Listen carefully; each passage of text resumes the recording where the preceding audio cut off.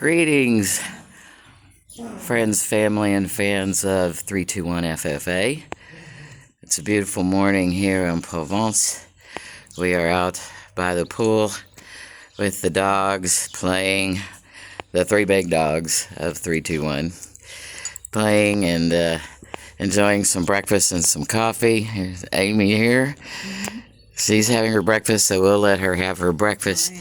But I had posted something on our Facebook page, a transcript that I sent to the French Connections people, who are, of course, the people that helped us get here. And there's some very important information there, and I thought that perhaps it was good information, actually very important information, to share with people who are considering a move, not just to Provence, but to move out of the country to another country, because there's a lot of things that will take you by surprise and that you don't know to ask and that other people may not tell you to ask. And there's some pretty important things that can cause you some stress and some financial issues if you don't have the answers. So we thought we would try to give you some answers here that and give you just a little rundown on some of the things we found that we hope will be helpful for you if you're considering a move like this. So I'm going to turn the camera around now. You still hear the dogs playing in the background probably, but I'm going to turn the camera around and you'll be able to see me, I hope. Okay, there we go. And again, still out here by the pool, enjoying a sunny day. Morning, beautiful. It's about, I don't know, what, about 65 out right now, maybe 70. I think it's going to get to about 75 this week. Going to be 80 today, and it's going to be up in the 80s all week, and the nights are going to be in the 50s and 60s, so it will actually finally get warm enough for us to use the pool. So we're very excited about that, of course. So, yeah, so if you haven't leased in a while, especially if you haven't leased in the country you're going to, consider your arrival time, your check-in schedule time. We arrived in Paris after flying all night at 11 o'clock in the morning, and then we still had a 7 or 8 hour journey ahead of us to get to southern Provence. And so with a couple of stops, for the pups and whatnot, we made it to our place that we were going to move into about a little after 9 o'clock at night. And we were, 30 hours on the road, and we had 3 dogs, and we were hungry and tired and dirty. We just wanted to, let the dogs out and, have a sandwich and wash the road off of us and get into a nice soft bed, which is really essentially what we did. But the next morning, there was kind of a rather rude awakening. The real estate agent showed up with the landlord. He lived next door. Lovely people. We just had them for dinner this week. But there had been some miscommunication. So if you've been following along, you know the story there about the animals. And so she showed up to give us the walkthrough of the place, which she did very quickly in very fast French in a dialect that was a little unfamiliar to me. And there were no photos or anything. She just simply stated that the house was perfect, everything was perfect, and it was expected to be handed back that way. Well, okay. We hadn't rented in 40 years. We had been homeowners. So it was quite a thing. And we had no idea what she had really said or, how anything in the house worked, or the only thing we really knew was that we weren't going to be able to stay, that we needed to look for a new place right away, and that we felt like we had gotten started out on a very wrong foot. So advice is, make sure that there's good communication between you and the agents who are dealing with each other and the landlords, and that everybody knows what's going on and everybody is in full agreement.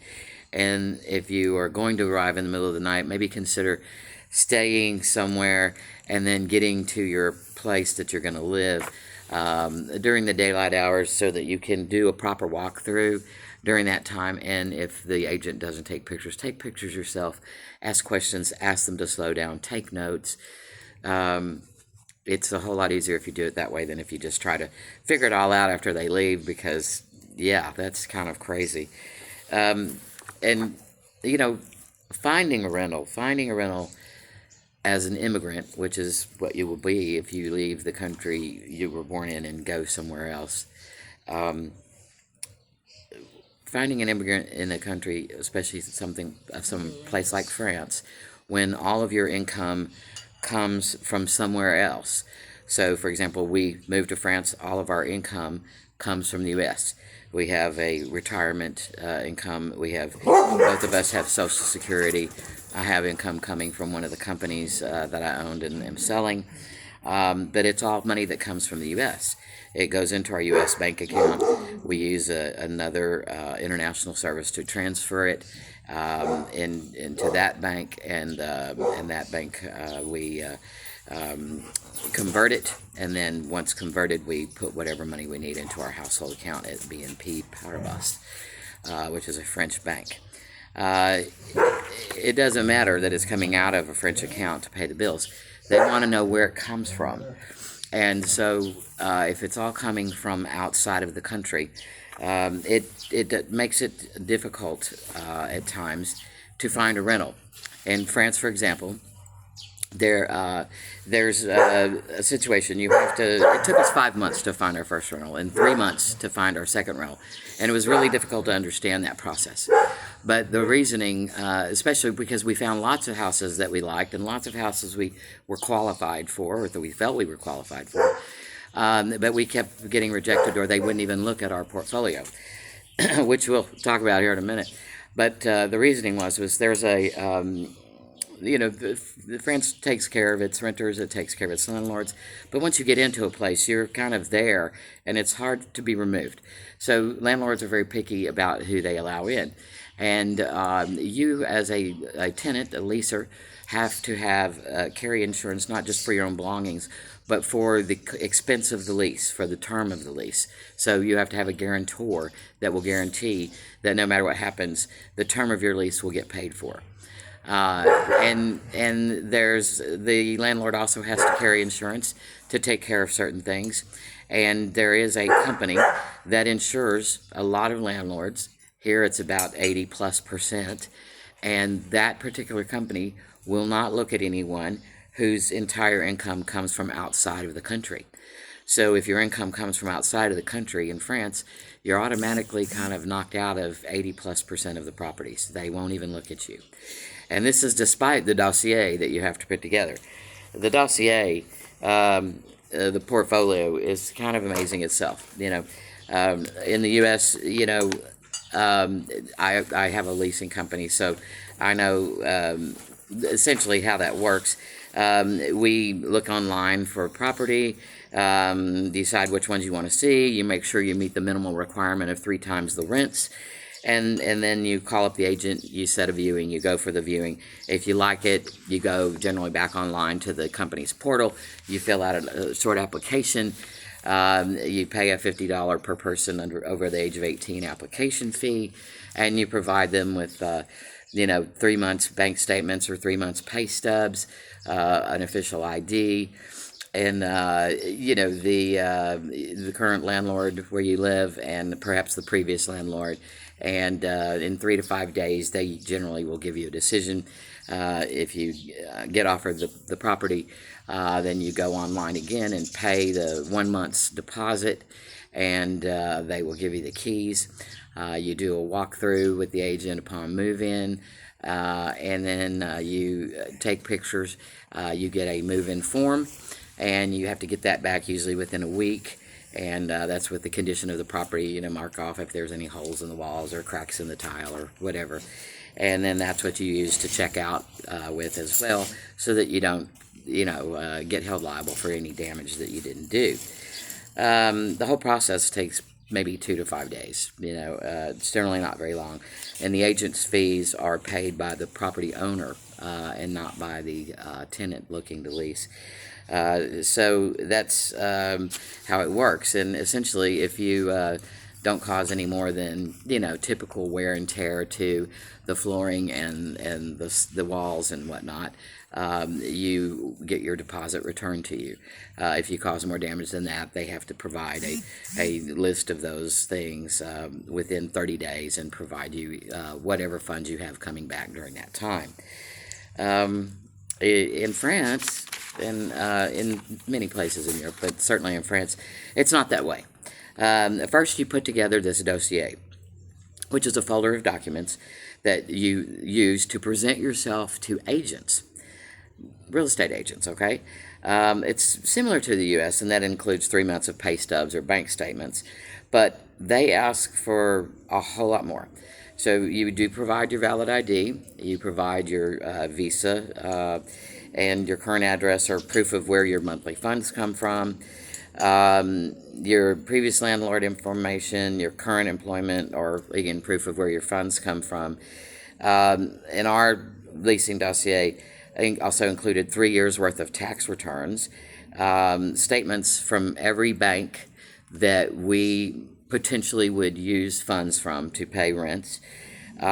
We had to get an attestation of eligibility from a guarantor company here in France that you as a tenant pay to have them guarantee you.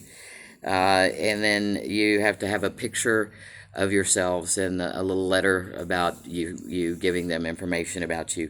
And then if you have dogs, like we do, the 3 big dogs, you have to have pictures of the dogs and a little note about them, their ages, their weights, their, personalities. And you have to provide all their medical records as well. So all that stuff has to be in your dossier folder, put together. And then you see a property you're interested in, you have to send that dossier to the agent of the property, and the agent will review that dossier, and if they approve it, they will send it on to the owner, and if the owner approves it, you will get an invitation to view the property. That whole process takes anywhere from 2 to 3 weeks, depending on how busy the agent and the owner are. Getting the appointment to see the property could take up to 2 weeks. And then once you've seen the property, you notify them that you're interested in moving forward. They may ask for, more information about you. They may ask for more documentation. They may ask for you to pay 3 or 4 months in advance. Various things for if you are a person coming from outside of the country, an immigrant, particularly if you are having your funds all from another country. So speed is the key. If you see something you like, you should have your dossier already put together and get it to that agent right away. But once they have it, everything moves at the speed of France, which is a different speed, certainly for us, altogether. And when you show up for your appointment to see the property, take your camera, take a tape measure, because it's likely the only time you'll get to see it before you move in, if you're invited to move in. So if any pictures you want to take, any video you want to take, any measurements you want to take, anything you want to check, you better do it then, because you won't be getting back into that property until you move in. Serious, that's a serious thing. So, but if you're interested in moving forward with purchase or with leasing the property, the wheels start turning. Still at the speed of France, and it's lovely, but it's nerve-wracking for those who are trying to move in a timely manner. It can be a little crazy. Be prepared. Once you do receive a lease, it's going to be in excess of 20 pages. It's not going to be the 2 or 3 pages that we get in the U.S. It is a heavily binding legal document that's going to be 20 to 30 pages or more. Ours was 29 pages, and it was all in French. So make sure you get it in your mother tongue. It's very important. You're not going to understand it in French. Even Amy, who has a PhD in French, was at a loss for a lot of the stuff that was in our lease, right? And so it makes sure that you ask for a copy that is translated into French if the agent at the agency who represents the property isn't able to provide that, and it's likely that they won't. Make sure that you are represented by a party, an agent that's for you, that is able to present that to you in your mother tongue. There's a program that most of these folks have that will translate the entire lease. So just make sure that they provide you with that. There shouldn't be any additional charge for that. Another thing you want to do is when, if there's things that need to be done that you see when you're walking through the house, ask for them to be done when you're doing the walkthrough. Make sure your agent knows about them. Have it in writing to your agent. Have it in writing to the other agency. And then know that if it isn't in the lease, it is not going to get done. For us, we were told that the pool was going to be, the pool that we have now, which is beautiful as you saw, was a biohazard when we got here. So much so that they had to drain it, scrub it, repair it, and refill it. The cost was around €1,200, which is about $1,350. And it wasn't an expense we were counting on. We had been told that the landlord was going to assist with having that pool cleaned up before we moved in, and the yard. Neither one of those things was taken care of. We have 5, 6 large trees here, and all of them, their canopies were down to the ground. So I had run around with a handsaw and saw the canopies up 6 foot so we could get under them. It had been neglected, the house, the yard, and the pool, and we had been sort of promised that it was going to be taken care of before we got here, but it was not. And so it was all up to us, and it was a considerable expense, close to $2,000, plus all of my time and effort, which probably was another $1,000 worth if you had hired somebody to get it in fair order, an order that was, you know, good enough to live here. And we fully expected the landlord to take care of it, but he did come up and say he would take care of 500 to 600 of it, but even that was done in sort of a backroads way. He was going to pay $300 to the pool guy, and then we would have to get our next service from the pool guy discounted, and then he would pay $300 worth of the water bill, but then we would have to get it back from the water company, or they would have to give us a credit. And we'll talk about utilities here in a minute. So I can't reiterate enough, when dealing with the lease, you have to have it in whatever your mother tongue is.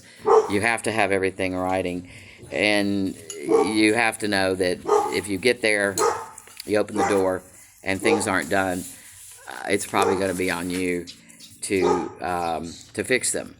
When you move out of a place, you go through a move-out process, and depending on who the agent is, it may or may not go the same way ours did.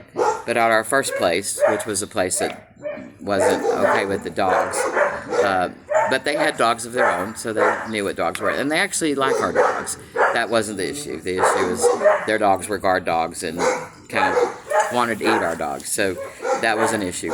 But their house was very nice, and they kept it very nice, and so did we. We were only there for 3 months.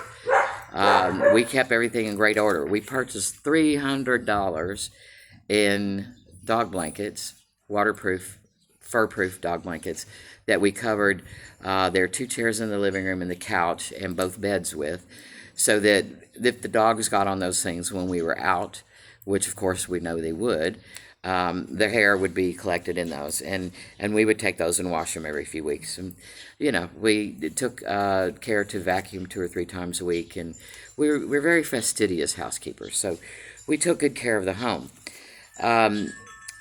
I had something going on here. I think I had to wait here for our tradesperson.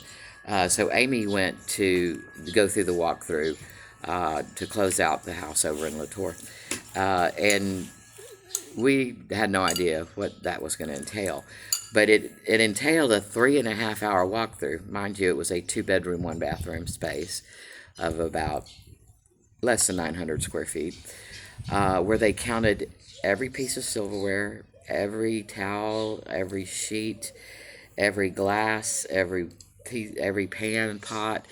They counted everything and inspected it to make sure it was in proper condition. And then we had cleaned the house for 5 hours before leaving, and clean the yard. It was free of any debris or dog poop or anything like that. You wouldn't have known there had been a dog there at all. And despite that, we hired their cleaner to come in and clean behind us because we thought that might make things pleasant. And we had given $2,400 as a deposit. We got back $472. Yeah, they kept nearly $2,000. And they kept money for weeds in the driveway. The place had a mini split system, so there was one in the bedroom, one in both of the bedrooms, and one in the kitchen. So 3 little mini split units, which are quite easy to clean, but there was a $500 charge for cleaning those. The cleaning lady said she spent another 7 hours cleaning, and so that was another $300 charge from her. It was something I had never seen before in my life, and I've been doing real estate for 30 years, including leasing, and I'd never seen anything so particular ever in my life. And I've leased some pretty high-end properties, much more high-end than this one. So don't count on getting your deposit back, is what I'm trying to tell you. I did a little research and found that that is not an uncommon thing, that you might get a little bit back, but very rarely. Matter of fact, I didn't find anybody that ever gotten their whole deposit back. Most people said they got nothing back. So that's a little bit sad and depressing, but don't count on getting your deposit back if you lease. You know, utilities is a thing, especially if you're not leasing a place like our place on the tour was everything provided. But if you're not leasing something like that, like our current place now, you're going to have utilities set up. And, you know, like most other things we mentioned here, they're different as well. So there is not a lot of gas cooking left in France. That's not something they like to do. It's kind of frowned upon. Most cooking here is induction-style cooking, which is absolutely fabulous, actually. It's very fast, it's very clean, it's very efficient, it's very low energy usage, and it's pretty healthy as well. So most of that is fabulous. Once you get used to it, it's great. However, many places, especially if they weren't built, after the 90s, they may have gas heating. Ours has oil radiators, which is nothing like you imagine. It's not like New York, Manhattan radiators. It's nothing like that. The radiators are not hot to the touch, really. They're very efficient, very quiet. There's no sounds or anything. It's just another way they do things here. There is electric, of course, water. There's trash, and they pick it up twice a week and pick up recycle twice a week. They pick up trash twice a week, recycle once a week, and they pick up bulk things once a month. You just have to go down and tell them you have something, and they'll pick it up. Don't know who's charging us for trash. We haven't seen a charge for it, so I'm not sure how that happens, but we do have trash service.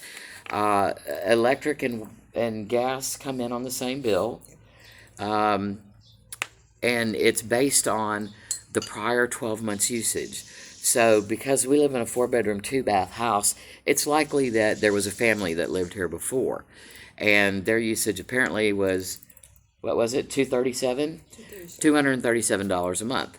So that's what we pay, $237 a month, which is pretty high for this area. But I'm guessing, like I said, there was 5 or 6 people that lived here before. Now, next year, with only the 2 of us being here, our bill should go down quite a bit. Except, our gas electric bill should go down considerably because there's only 2 of us here. So we expect that to go down. Water is its own separate bill. It's also very cheap. Right now we're paying $25 a month. Again, that was based on euros. I'm sorry, these are euros. 25 euros a month, and that's based on the previous usage, the previous year's usage. Unfortunately, because we had to drain the pool and refill it, and it was about 300 euros to refill the pool, that is going to figure into next year's bill. So instead of the 25 we're paying now, it will probably go up to 40 or 50, which is quite unfortunate, especially since it's something that should have been taken care of before. I guess the good news is the following year we may not have a bill to pay at all. So we shall see. But that is how it works here. Bills are based on the previous tenant's usage, and you pay that amount on a monthly basis. All your bills come out of your checking account. That's how they do it here. There isn't a choice. You sign up for your bills, they ask for your IBIS number, your bank number, and it all comes directly out of your account. So you do need to have an account. It will come out of your account, whether you're a homeowner or a renter. Doesn't matter. That's how they do it. Get used to it. It's not going to change. Get used to embracing change. Get used to embracing the different. It's going to be different. It's going to be changes. But honestly, for what you get in return, it's not that bad. You just have to be able to embrace the change, okay? And really, it's lovely. Just learn to go with that flow, understand the system, get to know it as well as you can, and learn to work with it. It will be fine. Just learn to work with the difference, you know? There's also internet, of course. There are choices to who you use for internet and phone service. Orange, that's the color, O-R-A-N-G, is the big winner here in France and in the EU, is my understanding. And they offer great service. Some of their service people are a little bit surly, but they have great service, generally speaking. Good rapport with their clients, easy to get them out to take care of things. We have 3 large TVs and 2 phones on the service. And what are we paying? 125 euros a month. Yeah. So 125 euros a month, it's roughly $130, $135 a month. And it's all the things that it's, unlimited service, unlimited text, unlimited calls, all that stuff on our phones. And then it's, we have HBO and Netflix and all those things on the TV. It's all in French, and that's fine. It helps you to learn the language, really. We also came here with our own, we have a VPN so that we can mask ourselves. We show ourselves as being in Houston, Texas. We also have our own secure server.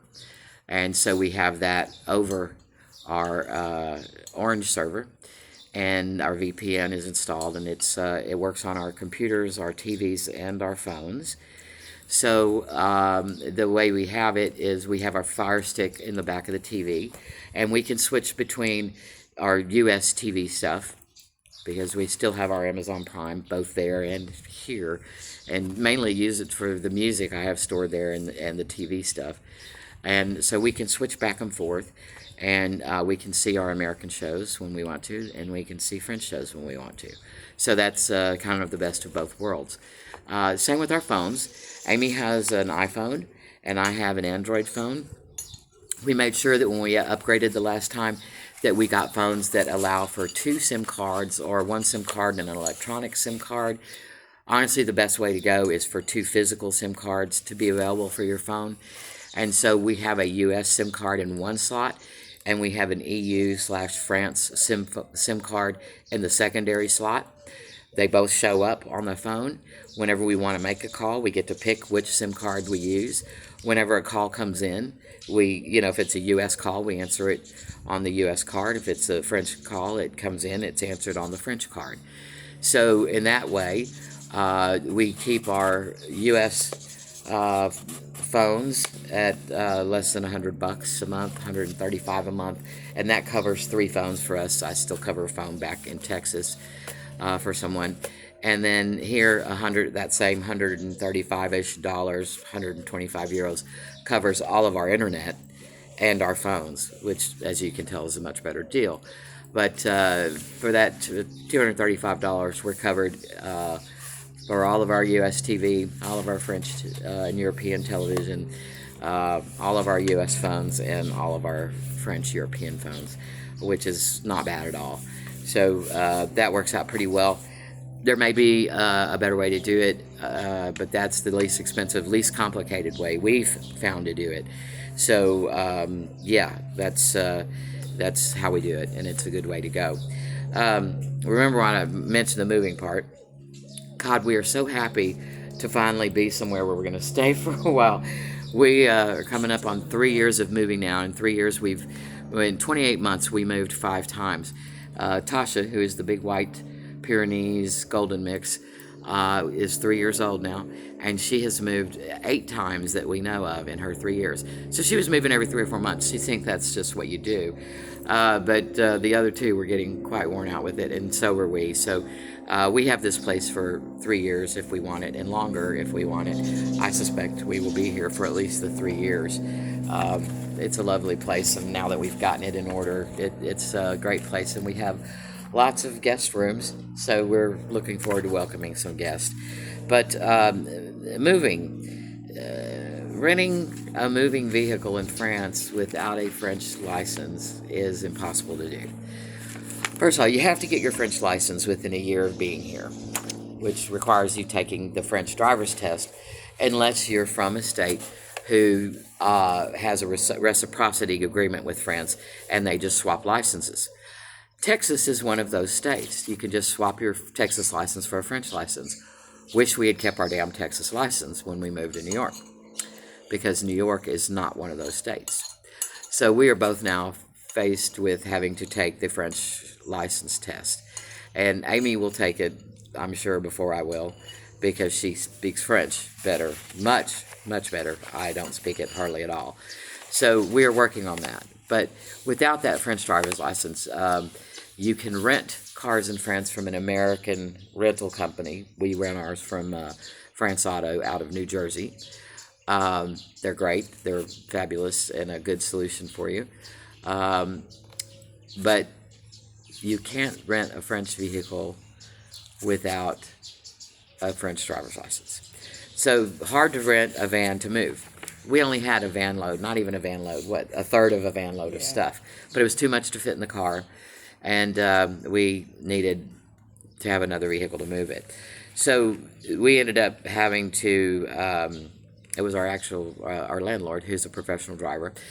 He and Amy went and rented a van together, and then he took a day off from work, and we paid him €250 for that. And he helped us get everything to our new home and put some things together for us, which was fabulous. It really was. But it was, again, €300 we really weren't planning on. We were grateful to have his help, no doubt. But yeah, you can't do it by yourself. You're going to have somebody to help you. And again, just be aware, ask the questions, and that's why we're here today, trying to give you the idea of some of the questions you might want to ask that you might not be thinking about asking. Another one of those big ones is banking. If you've been keeping up with this, we've already done 3 videos on banking. Took 5 trips to the bank in almost a month to get our banking accounts. That's typical here in France. Banks are very serious. You have to give them a whole dossier of documents as well. And they have some pretty particular ways that you can access your money. You will get what they call a carte bleue. It's not blue, but it is like a debit card.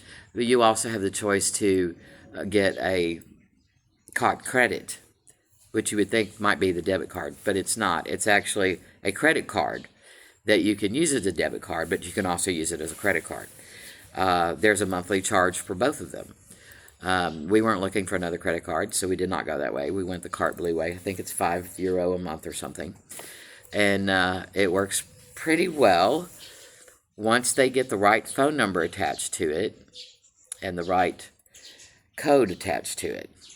But even that might take a few trips to the bank, as we have found. My card had Amy's phone number, but my code on it, and her card, we don't even know what it had on it, but neither of them were working properly.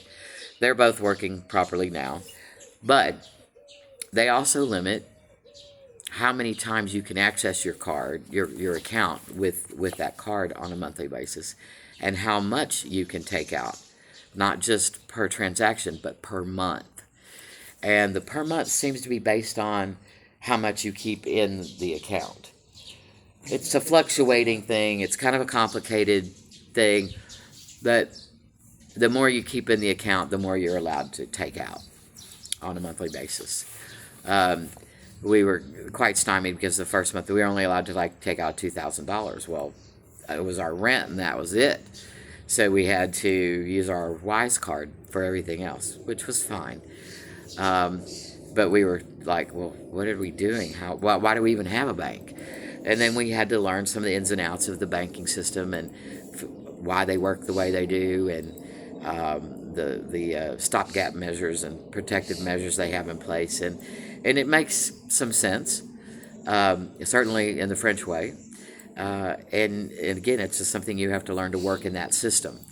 What we have done now is we do keep a fair chunk of change, 4,000 to 6,000 euro in that account. It's only about 3,000 euro a month for us to live here. So there's more than enough for us to operate out of that account as far as our living expenses go. But we mostly just have the automatic drafts come out of that account, which are our rent and our utilities, because those things that's how they do them. They're automatically drafted. No, the rent we send to them. Yeah, but it's drafted the same way. Yeah. So that we use the account for that. Otherwise, we use the Wise account. And the Wise account is fabulous. It's an international banking system. They do business with more currencies than it'll make your head spin. I think it's something like 175 currencies. It's a lot of currencies. We easily move money from our University Federal Credit Union Bank in Texas into our Wise account. During the week, it takes just a day. If it's a Friday, it won't show up until Monday. But we easily move it, transfer from the University Federal into our Wise account. We let it sit in the Wise account as US dollars until we see the exchange rate go up to where we would like to see it. The exchange rate hovers between 0.84 and 0.85, so that's 84 to 85 cents on the dollar. An exchange rate for €1 right now. We like to hold our money in the Wise account until it gets up to 86 or a little above. And if it goes up any more than that, we're ecstatic, of course. So you do lose some money, dollars to euro transfers. Just a few years back, you were getting a 1-to-1 exchange, and a few years before that, it was $1.15 US to €1. But the U.S. dollar has been devalued so much that the tables have turned. So we transfer U.S. money into the Wise account once a month, sometimes twice a month, and let it sit there until the exchange rate hits a peak, and we have a little alarm set. You can set all kinds of alarms. You can do all kinds of things in the Wise account. You can purchase crypto, you can do stock trading, you can do all kinds of things in there. It's really a very robust international banking account. And once we see it hit a good point where we feel like that's a good place for us to go ahead and make the transaction to our France bank, we pull the trigger on that, and it shows up within minutes. Goes from our Wise bank into our French bank as euros. So very handy, very reliable. There's several other options out there, but I would say probably 70-75% of the communities that I've looked at, the expats, the world travelers, etc., they are using the Wise product and have nothing but good things to say about it. They're easy people to talk to. You can talk to them physically on the phone. You can do a live chat with them. Everything's very secure. We've been very happy with that system, and we'll continue to utilize it for our daily purchases on things and keep our BNP Paribas account for those things that are auto-drafted. You do want to establish a bank here. You do want to establish a relationship with your banker, because you may want to purchase a home. Like we would like to purchase a home. And, the good news is yes, you can purchase a home in France as a foreign national. you can potentially get a home loan. You can get home loans up to 75 years old for 20 to 30 years, which is amazing, right? People live longer here. They live healthier. So you can do that. And currently, the home loan rates are hovering just a little bit above 2%. Yeah, that alone might make you want to do it, right? So for all of us who have been suffering with the, 4, 5, and 6+% in the U.S. for the last few years, that 2% looks really nice. Plus, just homes being a lot more affordable here. It's a good reason to go ahead and do it. And then you don't have to go through all the leasing rigmarole, which is really a lot. So you can do that. We met an expat who's been here for 10 plus years at an Avignon meetup last week. And he's purchased and remodeled and sold multiple homes here. And he's assured us that has been his experience as well. So that's really good. So the next thing for us, the next big thing for us, aside from my brother Eric is coming in July, and I'm very excited. It's been 3 years since we've seen each other, so we're really looking forward to spending a few days together. But next up is figuring out what we're going to do about our vehicle situation. Currently, we have a Peugeot 5008 that my brother-in-law, Amy's brother and sister-in-law, Barbara, so very kindly, graciously leased for us for 6 months. It's 175 days here, actually. Leased for us for this period of time. Couldn't have done it without that car, really. It has been a godsend, and we owe him big time for that. And it was done through Auto France. Auto France deals specifically in Peugeots. They lease them for 175 days at a time. If you've leased it in your name for 175 days, you can go back and lease it for another 175 days. But it has to be in your partner or spouse's name or someone else's name other than yours. And then you could do it again. You just switch it back to your name. So some people do that. We have some friends that were here for dinner the other day. They've been doing that for 10 years. So that suits them just fine. But I don't know that that's the route we want to go. There's certainly plenty of used cars on the market here. People hold on to their cars longer here. There's a lot of different cars. There's a lot of European cars. Toyota's also big here. Jeep is big here. Those are the two biggest U.S. cars I've seen here, although I've seen a few Nissans. So there's a lot of options.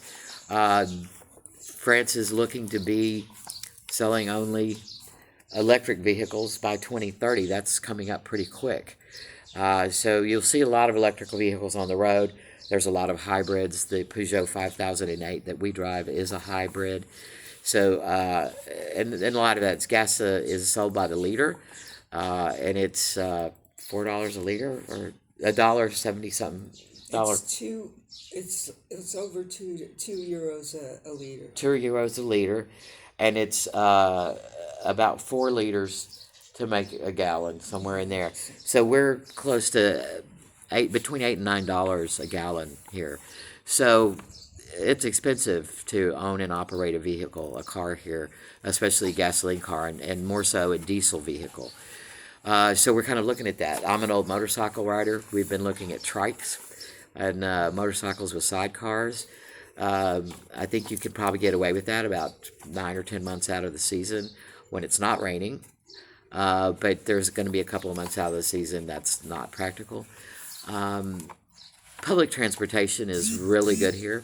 We have electric bikes we're learning to use, so there's a lot of options. But that's our next big thing, is figuring out what we're going to do for transportation, especially, we're getting older. We have these 3 big dogs. What if there's weather and somebody needs to go to a hospital? Uber does operate here. It's expensive. We took a 4-mile ride the other night, and it would have been $30, but I had a discount, so we only had to pay $18, and then we gave the driver a €4 tip.